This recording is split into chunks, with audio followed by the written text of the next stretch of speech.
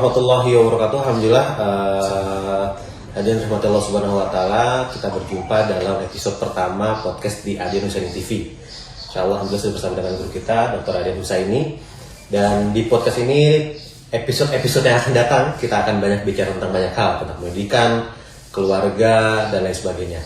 Nah, spesial di podcast yang pertama kali ini, kita akan ngobrolin ada sebuah terobosan nih dari Dr. Adian tentang konsep pendidikan di tingkat universitas. Nah, jadi Sekolah Tinggi Ilmu Dakwah Muhammad Nasir yang merupakan kampus milik Dewan Dakwah Islam Indonesia tahun ini kembali membuka kelas jurnalistik, tapi yang spesial dari tahun ini adalah kelas jurnalistik dan pemikiran Islam. Nah, seperti apa dan apa urgensi dari membuka kelas jurnalistik pendidikan Islam ini, kita akan berbincang lebih khusus dengan Ustaz Adian. Assalamualaikum Ustaz. Waalaikumsalam warahmatullahi wabarakatuh. Sehat Ustaz ya? Alhamdulillah. Alhamdulillah. Terlihat lebih segar Ustaz.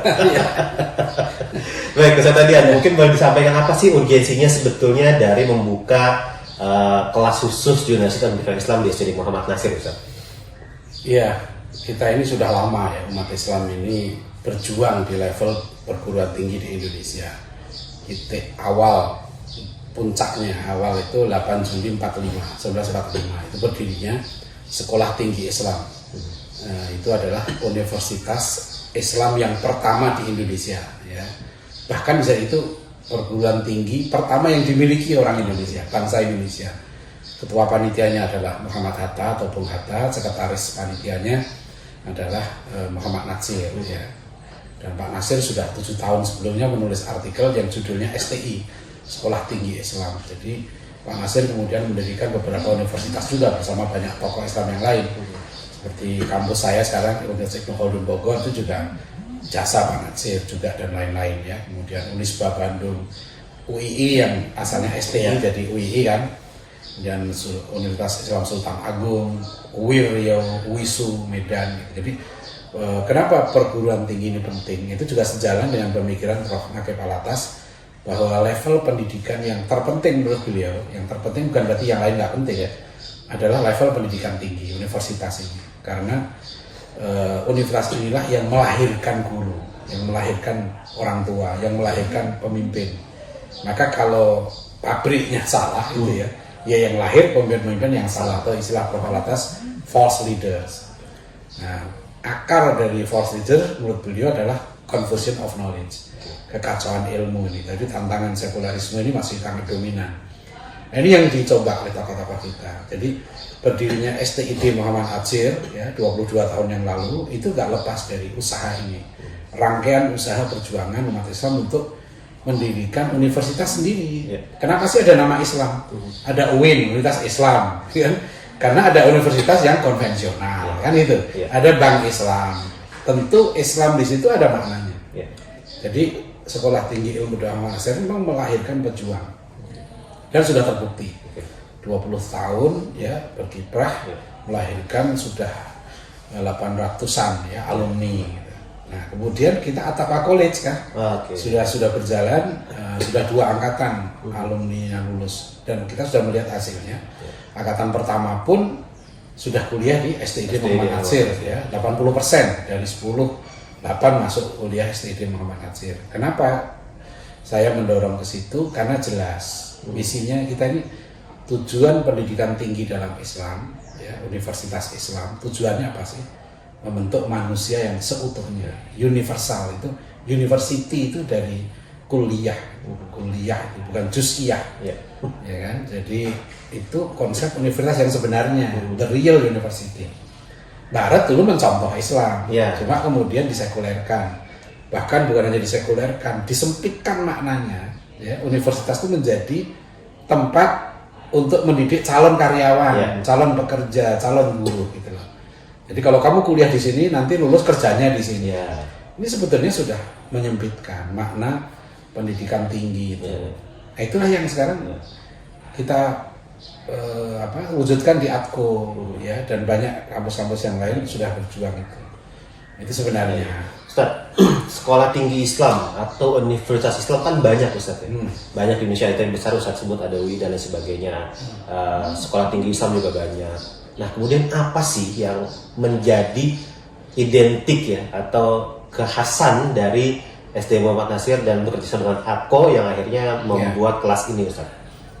Ini menarik ya kalau kita lihat ya. STID Muhammad Natsir ini tokoh besar yang berjuang ya, fenomenal ya. Kalau menurut Flores jasa besar Pak Natsir di Indonesia itu adalah mencegah Indonesia menjadi negara sekuler. Ya, dan tokoh-tokoh karena beliau sangat gigih pidato di konstituante, dan tantangan besar sekulerisme itu di bidang pendidikan gitu ya. Dan Pak Natsir bukan hanya orang yang ngomong, beliau sendiri mencontohkan dirinya berjuang mewujudkan tadi dari Pendis pendidikan Islam di Bandung ya tahun 30-an sampai kemudian universitas tadi. Nah, makanya kalau kita sekarang STID Muhammad Natsir ini sudah teruji pengalamannya melahirkan ratusan bahkan ribuan sebetulnya dai-dai yang sudah tersebar ke seluruh Indonesia. At-Taqwa College ini juga mengambil pemikiran Prof. Syed Naqib Alatas ya, yang dalam konferensi pendidikan Islam pertama di Kota Mekah dulu Pak Natsir juga mengirim beberapa utusan dari tahun 77. Itu juga tema besarnya adalah bagaimana melahirkan universitas Islam yang unggul gitu ya, yang tentu berbeda dengan universitas yang sekuler gitu. Nah, kita sudah berapa tahun nih sejak At-Taqwa berdiri, itu concernnya di situ, melahirkan model pendidikan yang berpegang kuat kepada turoth, tapi juga mampu merespon tantangan pemikiran. Makanya At-Taqwa ini, pesantren At-Taqwa sudah dikenal sekarang sebagai pesantren pemikiran, pesantren menulis, pesantren adab, pesantren ilmu, pesantren sejarah, gitu ya, ciri khasnya itu.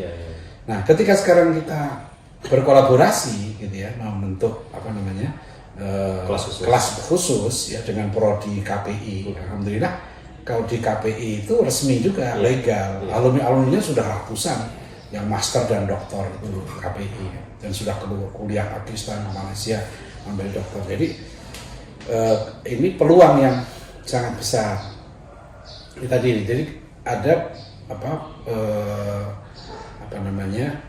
pemaduan, pemaduan potensi, ya. Jadi kerjasama potensi yang insya Allah akan melahirkan kader-kader umat. Karena kami sekarang ini fokus gini, kita menuju 2045 Indonesia emas katanya itu kan, harus menyiapkan generasinya. Betul. Kita nggak bisa mendadak. 2045 itu 23 tahun lagi. Kita ada kesempatan 23 tahun untuk melahirkan ya, generasi yang gemilang. Konsep pendidikannya sudah kita kaji dan sudah kita coba terapkan, dan alhamdulillah kita sudah melihat tanda-tanda keberhasilannya itu. Makanya ini nggak boleh berhenti kan, anak-anak yang sekarang masuk kampus ini kan 18-20an tahun lah kan, 23 tahun mereka 43 tahun mereka jadi pemimpin. Mereka yang harus jadi pemimpin. 20 tahun menyiapkan pemimpin nggak lama. Saya kuliah di Malaysia itu di ISTAC ya, di IAIUM itu 2003, kan nggak terasa, saya sekarang sudah 20 tahun ya kan, 20 tahun yang lalu saya baru masuk S3 ya, sekarang udah 20 tahun ya sekarang ini, Masya Allah. Nah ini sangat cepat kalau kita lewat ini masa ini ya, dan kita harus sadar juga kampus-kampus yang ada itu desain atau roadmap peta jalannya itu adalah peta jalan pekerjaan. Yang sekarang kita tekankan pada kampus kita ini adalah peta jalan keilmuan dan peta jalan perjuangan. Dua itu. Tetapi juga peta jalan profesional. Ya, pekerjaan kita nggak nafikan. Kebetulan sekarang kita masuk era disrupsi. Gitu kan. Era disrupsi ini apa kelebihannya? Pusat-pusat ilmu pengetahuan, pusat-pusat informasi sekarang ini bukan lagi kampus sebetulnya, tapi sudah bergeser ke internet. Jadi kita mau cari bahan kuliah, profesor siapa, itu ada di internet. Gitu. Sekarang yang dilakukan yang sangat strategis adalah penanaman soft skill-nya, penanaman kepribadiannya. Gitu.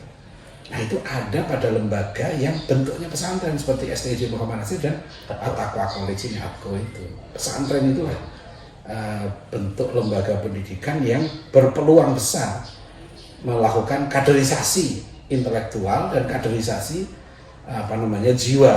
Ya, jadi dididik jiwa raganya. Jadi bangunlah jiwanya bangunlah badannya, gitu kan? Itu di mana tempatnya? Ya, di pesantren, di program jurnalistik dan pemikiran Islam ini. Nah, mungkin kenapa kok jurnalistik dan pemikiran? Iya. Kenapa kita memilih itu? Nah, itu berdasarkan pembacaan dan pengalaman. Ya. Jadi kaderisasi kepemimpinan umat, kalau kita perhatikan, itu melalui berbagai jalur. Ya. Bagaimana sih lahirnya para pemimpin umat itu? Itu kalau kita lihat dari Pak Nasir, Agus Salim, dan sebagainya, itu adalah jalur guru. Yeah. Jalur guru kan.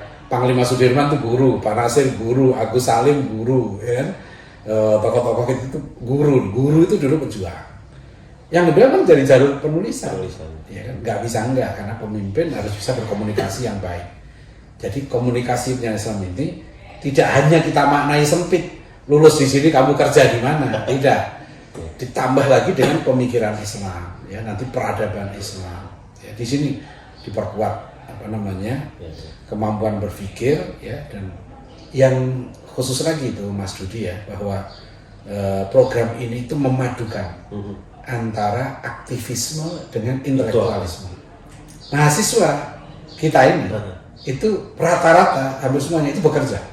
Mereka sudah jadi guru sekarang, gitu kan? Ada jadi guru, mereka sudah berdakwah. Nah, mereka itu kuliah. Ya, jadi mereka kita sarankan membiayai dirinya sendiri, tidak lagi minta orang tua. Nah itu, jadi mereka bekerja dan mereka juga kuliah, mereka juga berdakwah pada saat yang sama.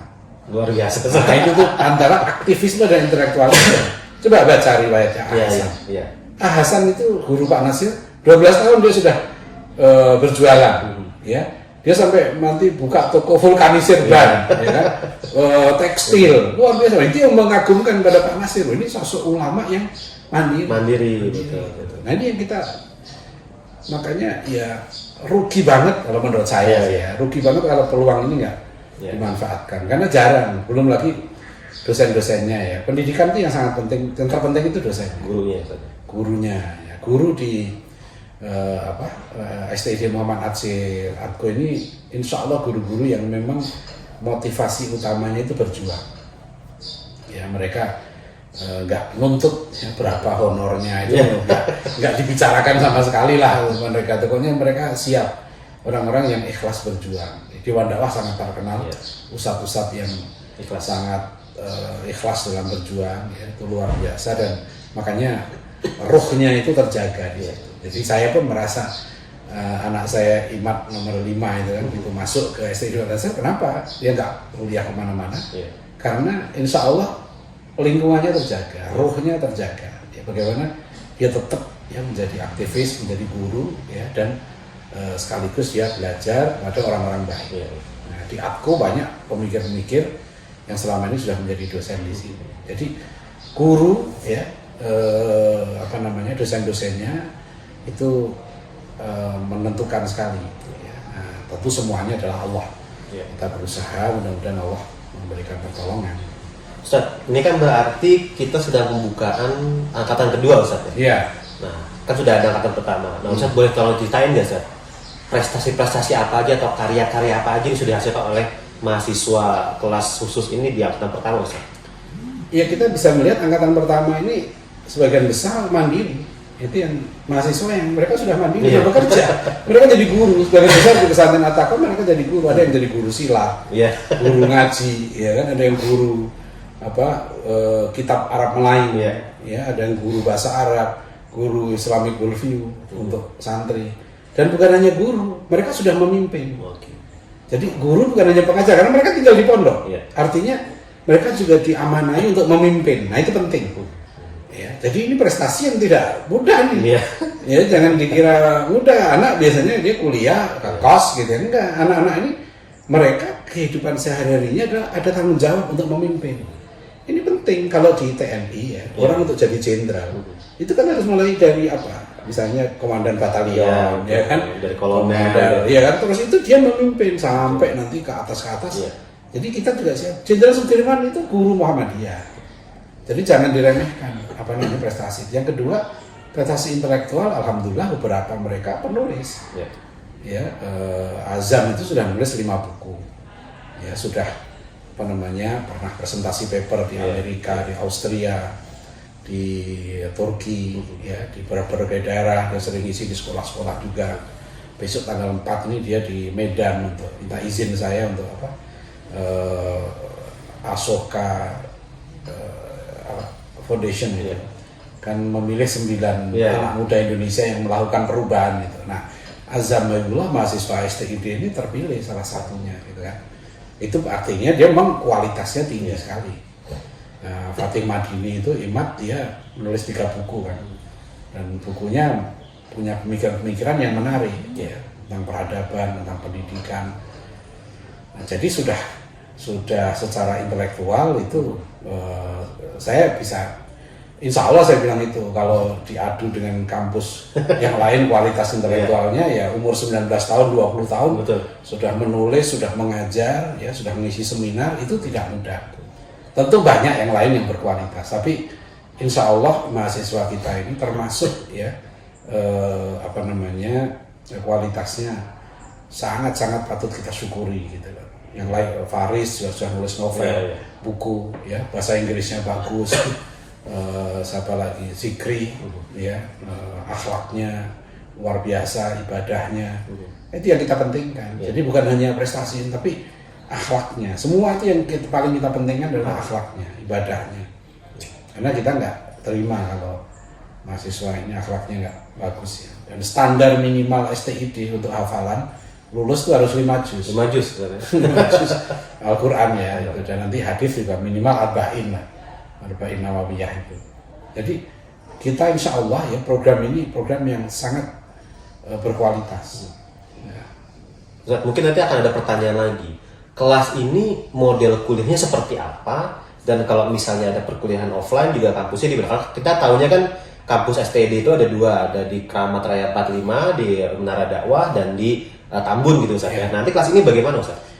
STID Muhammad Nasir itu sekarang ada 3 kampus. Kampus utama. Satu kampus utama itu di Kramat Raya 45, gedung Menara Dakwah itu 9 lantai. Kemudian kita ada kampus pusat, yaitu di Tambun, Bekasi. Itu ada gedung megah di sana yang dulu diresmikan Presiden SBY, kampus STID Muhammad Nasir. Itu ada di sana sekitar 300-an mahasiswa yang boarding. Ada lagi sekitar 200 mahasiswa yang boarding yang putri, kampus putri itu di Cipayung, Jakarta Timur. Nah sekarang kampus jurnalistik ini angkatan kedua ini ada putrinya juga. Maka nanti kuliahnya akan diatur gitu ya, sesuai dengan mudah, bisa di Kramat 45, bisa di tempat lain. Yang penting sekarang di era disrupsi ini ya, itu sudah banyak sekarang dilakukan bentuk-bentuk kelas yang hybrid. Hybrid banyak sekali. Jadi sekarang kita sudah konsultasi juga dengan ketua asosiasi perguruan tinggi swasta, Aktisi, bagaimana menyelenggarakan perkuliahan yang di era disrupsi sekarang, era internet of all things ya. Semua serba internet ini harus dimanfaatkan juga oleh kita ya. Jadi tidak bisa lagi konvensional, jelas. Itu harus dipadukan, tapi semua ini harus koordinasi dengan pemerintah, dengan regulator ya. Itu terus ya, tanpa mengurangi substansi, misi ya, visi yang ingin kita capai. Baik, alhamdulillah Ustaz, ini menarik sekali pembicaraan kita di tema pertama. Mudah-mudahan bisa dimanfaatkan karena masih buka pendaftaran sampai tanggal 25 September 2022. Jadi silakan, nanti akan kami cantumkan nomor pendaftarannya kemana dan seperti apa syarat pendaftarannya. Jadi Bapak sekalian, kita memang sekarang sudah harus berubah. Ini menurut saya ya, terserah kalau Ibu berbeda pendapat silakan. Tapi ini menurut saya sebagai orang yang berpuluh tahun menekuni bidang pendidikan, itu ini sudah harus berubah cara berpikir. Ya. Bahkan cara berpikir saya kuliah di sini nanti bisa bekerja di sini, menurut saya itu tidak cukup. Sekarang ini harus ditingkatkan lagi. Saya kuliah di sini supaya menjadi orang baik, menjadi orang bermanfaat. Itu yang paling penting, ya, menjadi orang baik dan orang bermanfaat. Ya, jadi kita harus ingatlah kasus-kasus yang menimpa perguruan tinggi, ada rektor yang begini, ada polisi begini, semua itu harus kita ingat bahwa fokus pendidikan kita. Kalau negara kita mau menjadi negara yang hebat, umat Islam menjadi umat yang paling berperan ya dalam pembangunan bangsa kita ya kualitas SDM kita itu harus betul-betul ya disiapkan ya, dan insya Allah program yang kita siapkan ini adalah program yang sangat strategis untuk melahirkan ya generasi yang unggul ke depan. Jadi kita bukan hanya bercita-cita segala macam, kita sudah mulai. Jadi jangan kita diskusi konsep itu udah konsep dan kita diskusikan puluhan tahun. Sekarang kita sudah mulai dan hasilnya sudah mulai kelihatan. Ya kan, ibarat kita nanam, kita ini sudah berlumpur-lumpur gitu ya, sudah kotor, sudah terjun langsung. Dan ini kita sampaikan ya, silahkan mau ikut, mau enggak itu sudah. Artinya kewajiban kami itu menyampaikan. Ini loh kalau mau unggul. Terima kasih. Baik, terima kasih banyak Ustaz atas waktunya. Mudah-mudahan nanti bisa berbincang dengan tema yang lain lagi. Ya, insya Allah. Baik, terima kasih Bapak Ibu telah menyaksikan podcast di edisi perdana ini. Mudah-mudahan ada manfaatnya. Jangan lupa masih ada waktu pendaftaran sampai tanggal 25 September 2022. Terima kasih. Assalamualaikum warahmatullahi wabarakatuh.